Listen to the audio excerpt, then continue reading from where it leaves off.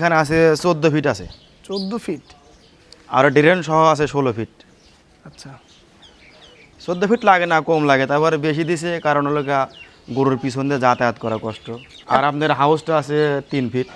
House 3 fit 3 fit চওড়া, মানে এটাই পারফেক্ট। অনেকে হাউস সিস্টেম করে, আমরা হাউস সিস্টেম করে নেই মানে লোক কম লাগার জন্য। হাউস সিস্টেম করলে লোক বেশি লাগে। ওখান থেকে একবারে পানি ছাড় দিয়ে ধাক্কা নিয়ে আসি, একবারে মনে করেন কাজ শেষ।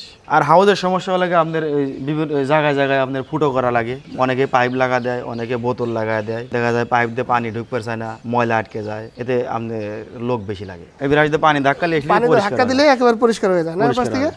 খাবারের পাত্রটা ওই পাশ থেকে একেবারে ওই পাশ থেকে এই পাশে ধানের ক্ষেতে পানি দেওয়ার জন্য যে ড্রেন ব্যবহার করতো এরকম ড্রেনের মতো, তবে ওই পাশ থেকে এ পাশে একটু নিচা, যাতে ওই পাশ থেকে পানি দিলে ময়লা হলে ওই পাশ থেকে ব্রাশ দিয়ে একটা ধাক্কা দিয়ে এই পাশে নিয়ে আসে সব ময়লা। গর্ত দিয়ে বের করার পরে ড্রেন দিয়ে ময়লাগুলো চলে যায়। এছাড়া আমরা যে ডাইনিং টেবিল করি 2 ফিট 3 ফিট করে, ডাইনিং টেবিলের এখানে সুযোগ নেই কোনো। তারা বলছিলেন যে এই ডাইনিং টেবিল করলে এটা পরিষ্কার করতে 20-30 জন লেবার দরকার। এই ক্ষেত্রে একজন লেবারের মাত্র 10 থেকে 15 মিনিটের কাজ এটা পরিষ্কার করার। হাউসটার সুবিধা কি? এই হাউসে কি সমস্যা? এখানে আপনার গোবর টান দিয়া এই হাউসের ভিতরে ফালাই দেই, তারপরে ওই দিক থেকে পানি ছাড় দিলি, হালকা করে টান দিলে পরে মনে করেন পরিষ্কার হয়। গোবর চলে যেতেছে পুষ্করিতে না, ওখানে আছে বলে আপনার জার্মান জার্সি ঘাস আছে, ওই চর পড়ে গেছে, হাঁটা যায়। এখন বায়োগ্যাস আমাদের এখানে করছে, তবে চালু হয় নাই, চালু হবে। গোবর বেশি হয়ে গেলে ওগুলো গাড়িতে করে লিয়া, বেকু দিয়া গাড়িতে করে লিয়া আমরা জমিতে ফেলা দিই।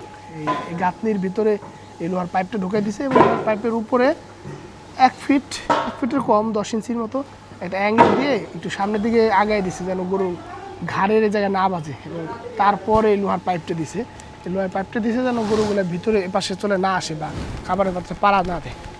এবং এতে সুবিধা হচ্ছে কি যারা খাবার দেয় এদেরও কোনো গোতা দিতে পারে না, ওইটার জন্য একটু সেফটির জন্য। এটা না থাকলে অথবা দেখতো গরু ওই খাবারের পাত্র উপরে উঠে আসতো, আবার ওই গুতা দিত, তো এই জন্য এটা করা।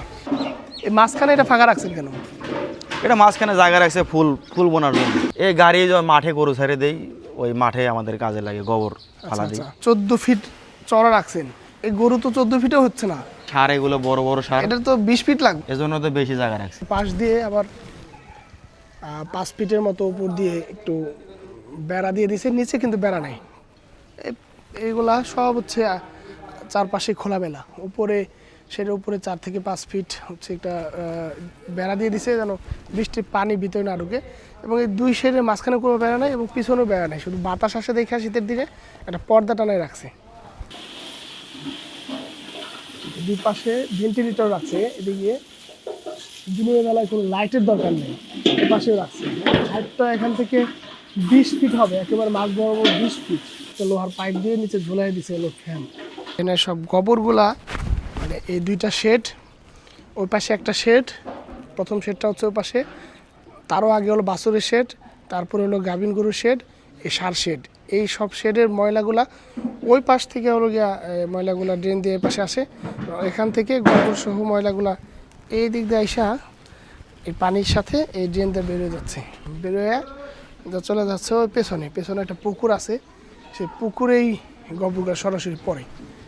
দেখি ক্যামেরায় কিছু দেখা যায় কিনা পিছনে, আমি চোখে কিছু দেখতেছি না, হাত উঁচা করে দেখাইতেছি। জায়গা আছে নাকি বড় করে রাখছে, আরো ছোট করে রাখা যাবে। এখানে যে গরু বাঁধার জন্য 10 ফিট, মাঝখানে 3 ফিট, এইদিকে যেদিকে আপনি গোড়ালি দেন এইদিকে আপনার লাগেছে 10, 2, 12, 12, 12, 24, 24, আপনার 28 ফিট হলে হয়ে যায়। এটা হাইট কিভাবে কত ফিট করছেন ভাই? হাইট বিভিন্ন কোয়ালিটির করা যায়, বুঝছেন না? এটা তো যে হাইট করছে এত হাইটের তো আমাদের প্রয়োজন না। প্ল্যান করছিল এরা বিদেশি সিস্টেমের, এখানে মানুষ খাটাবে না, গাড়ির মাধ্যমে সবকিছু ওকে করবে। ওই যে বানাইছিল ওটা, ওটা পরে কাজে লাগে না, ওটা ভাঙিয়ে ফেলে। আমরা বানাইছিলাম ওই যে হাত দিয়ে ঘুরাইছিলাম, ড্রেনের মধ্যে এমনি অলরেডি পড়ে গিয়েছিল, বুঝছেন? এগুলি ঘুরাইতে সময় লাগে, আবার হয় না, পরে ওই পজিশনটা বাদ দিয়ে দিচ্ছি আর কি।